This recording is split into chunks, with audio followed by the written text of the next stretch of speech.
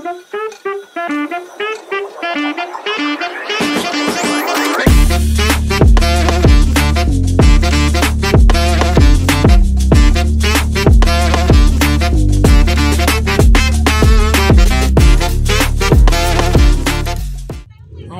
po. Alam nyo na ba mga kababayan kung mga Ilonggo, kung ano ang gagawin natin dyan, Ilonggo, Bisaya. Maano ito ay giniling na malagkit. Yan. As usual, sa kahoy ako nagluluto. Giniling na malagkit. Sa palagay nyo, anong lulutuin ko? Alam nyo na siguro kung anong lulutuin ko kapag ganito ang niluluto ko. Malagkit na giniling.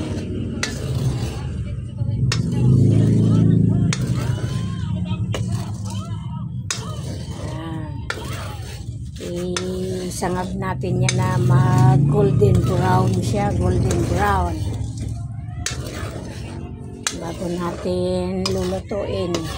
Binabayo po ito, binabayo sa lusong.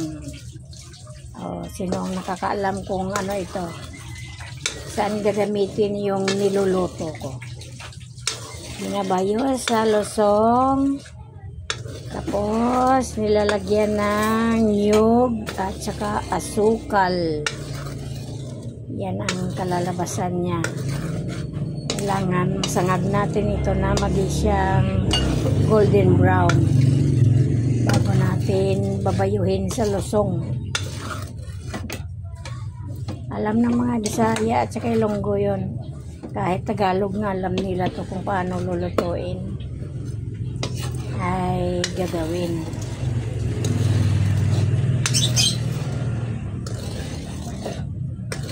Pag dito sa Maynila, kasi iba rin ang tawag nila dito, ginigiling nila ito, hindi binabayo, giling ang gamit nila dito, ginigiling. Ang tawag nila dito sa Maynila ay ispasol. Sa probinsya, iba naman ang tawag dito. Bayi-bayi. Yan ang tawag sa probinsya. Doon sa amin sa Bacolod, bayi-bayi ang tawag dito. Pagiling mo muna yung malagkit, tapos isangag mo na magiging golden brown siya. Golden brown na yan siya, palamigin mo. Tapos ihalo doon sa niyog na kinayod. Kapag nahalo na sila, lagay na sa lusong at saka bayuhin para mag-combine ang kanyang ingredients. Ganyan. Yan ang ating purpose dito. Kung bakit tayo nagsangag ng malagkit na giniling.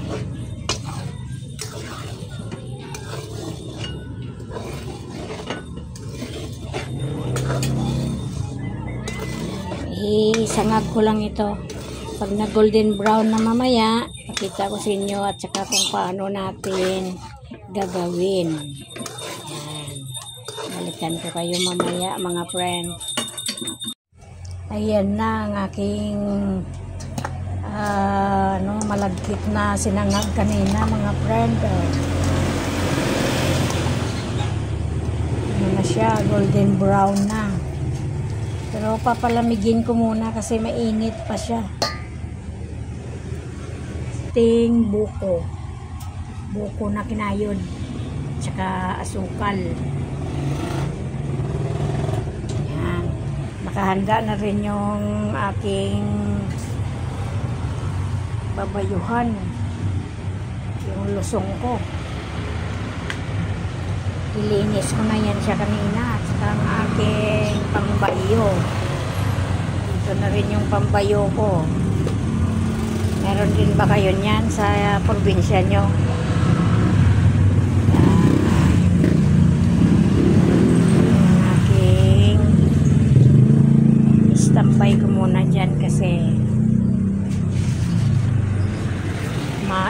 pa itong aking giniling.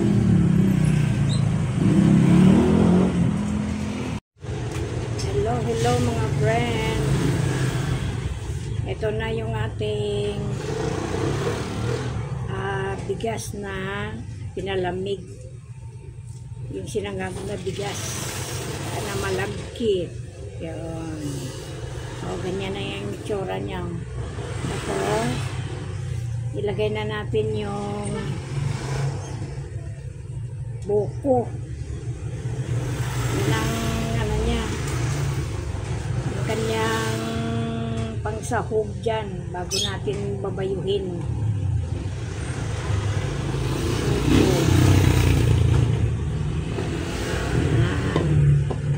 Kamay ko na kasi malinis naman yung kamay ko. Ihalo-halo lang natin, imikos-mikos natin na ganito para maghalo-halo yung malagkit sa buko bago natin bayuhin.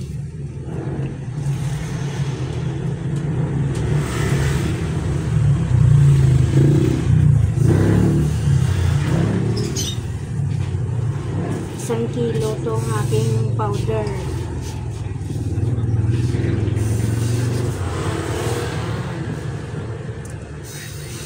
Tapos lagyan na natin din siya ng asukal. Halo-halo na natin yan para bayo na lang tayo ng bayo. Nagluto nito.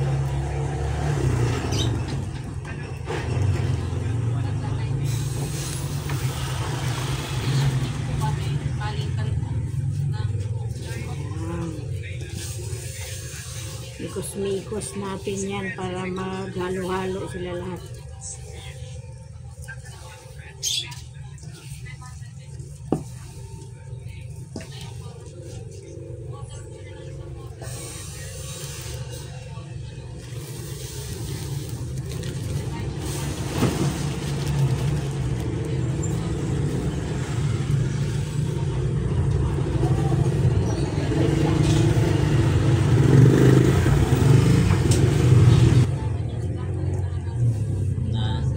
Yan, pitsel, may laman na buko yan, sabaw ng buko. Dito yan binabasain dito. Babasain natin ng sabaw ng buko.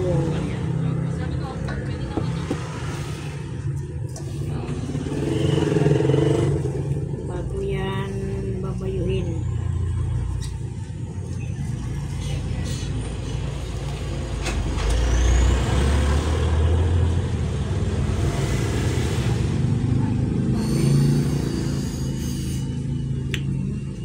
Tamis na siya. Pero parang kulang pang asukal.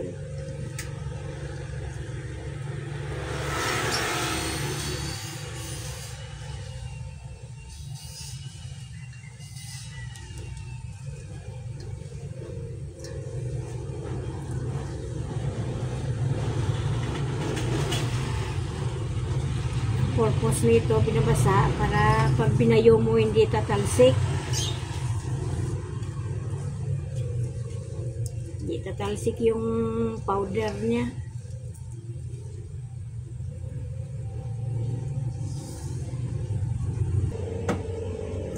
Ay, haya na tayo mga friend. Magbayo na tayo. Umpisahan na natin para matapos na to. Ang ating bayi-bayi. Konti-konti lang kasi yung lusong ko maliit lang din. Kaya tama-tama lang ang ilagay muna natin. Kung bakit natin binabayo ito, para malusaw yung buko, yung nyog niya ba. Ma-combine siya doon sa ating malagkit, powder malagkit.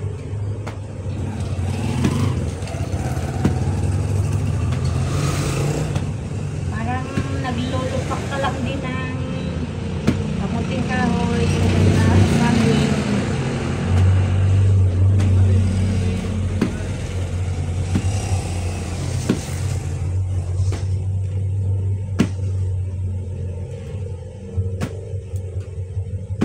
Sa probinsya kasi yung binabayuhan namin doon, malaki yung lusong.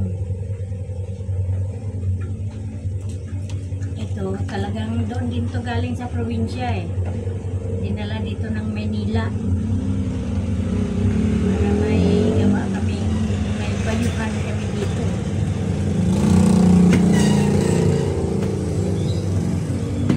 Kaso lang, hindi pa kami nag-akyat ng bundok, kaya ang buko namin, konti lang. Parang hindi siya makita sa ating binabayo. Bayo-bayo tayo, mga kapren.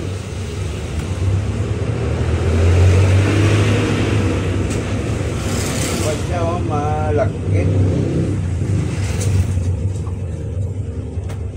Tawag nito sa amin, bayi-baye. Ito ba, anong tawag niya? Pasol. Ayun. Ano naman yun, hindi man nila yun binabayo, ay nagiling. Hinahalo na nila yung nyug sa powder na gilingin. Pangalap.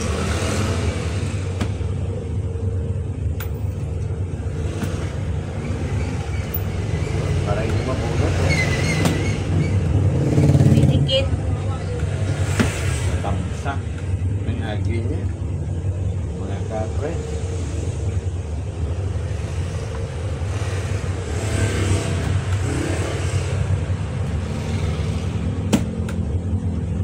Pulong malagkit oh. Ito, napakalagkit kapag purong malagkit siya mga kapren.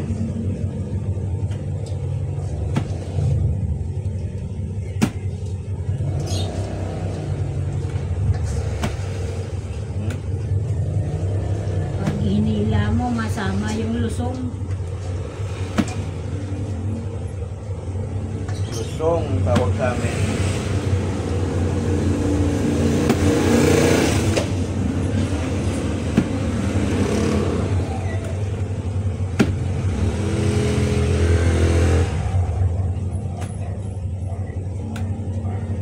Grabe, napakalagkit ah.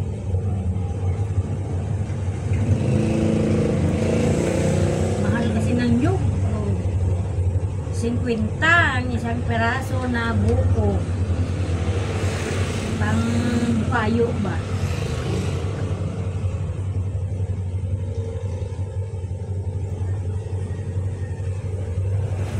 Akyat sana ng maaga.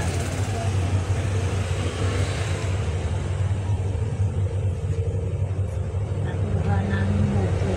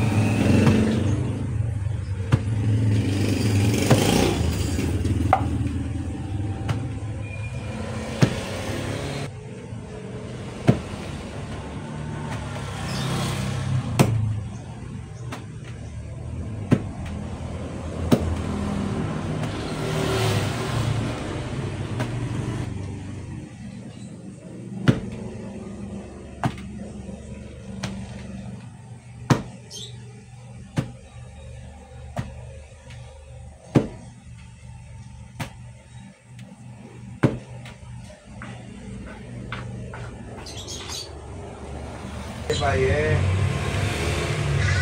Pakita mo. Naluto ka ng baye-baye. Yung apo ko kasi tumawag. Eh, naputol yung...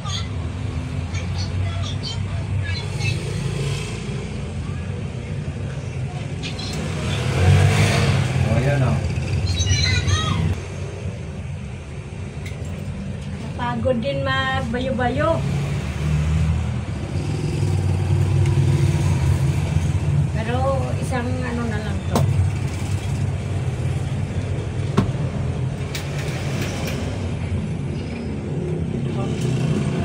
Kurang nagkit. Mga langaw na po, nagpasaway din eh. May naamoy-amoy eh.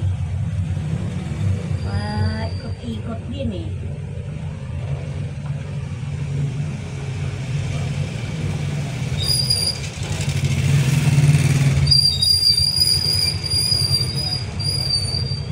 Yan.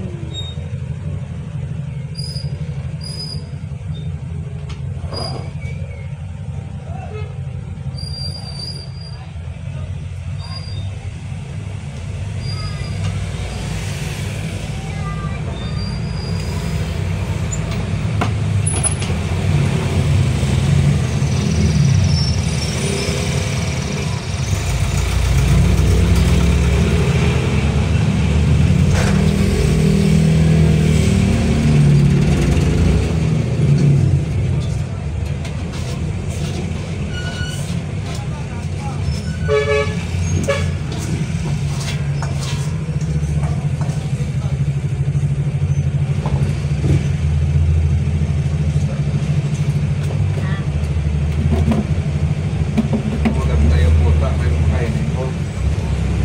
Huling ano na natin to. Huling banat.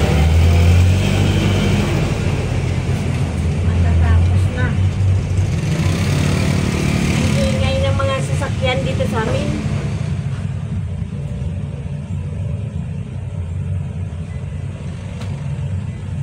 Ma-traffic sa labas.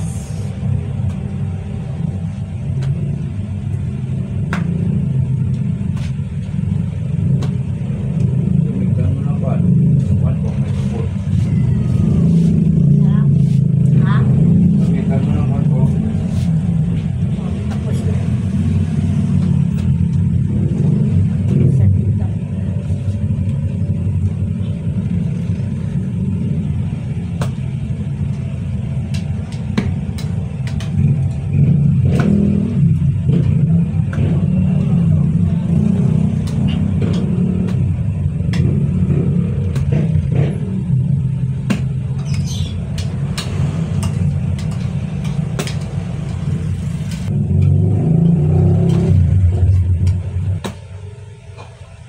Sarap ito pag magawa ka nito ng marami tapos ilagay sa rep. Ang sarap kainin araw-araw. Parang panghimagas ba? Sayang anong nandito si Ma'am Edith, hindi kami nakagawa nito eh. Hindi na naalala na gawin eh. Palaging busy. Ang dami niya kasing nilalakad, kaya hindi siya basta-basta nakaka-stay sa bahay niya. Pati saging eh, hindi kami nakalupak. Iyo.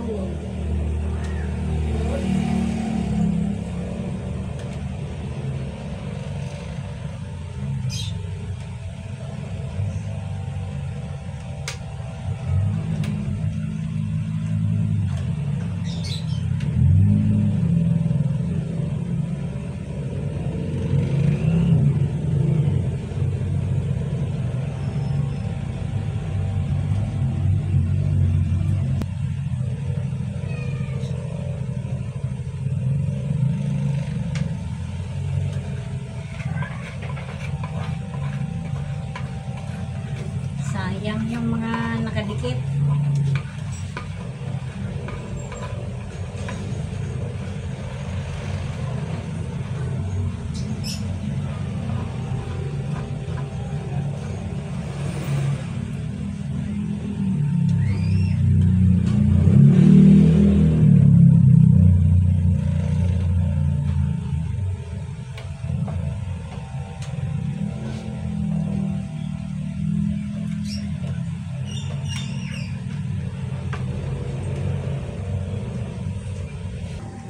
yari na siya.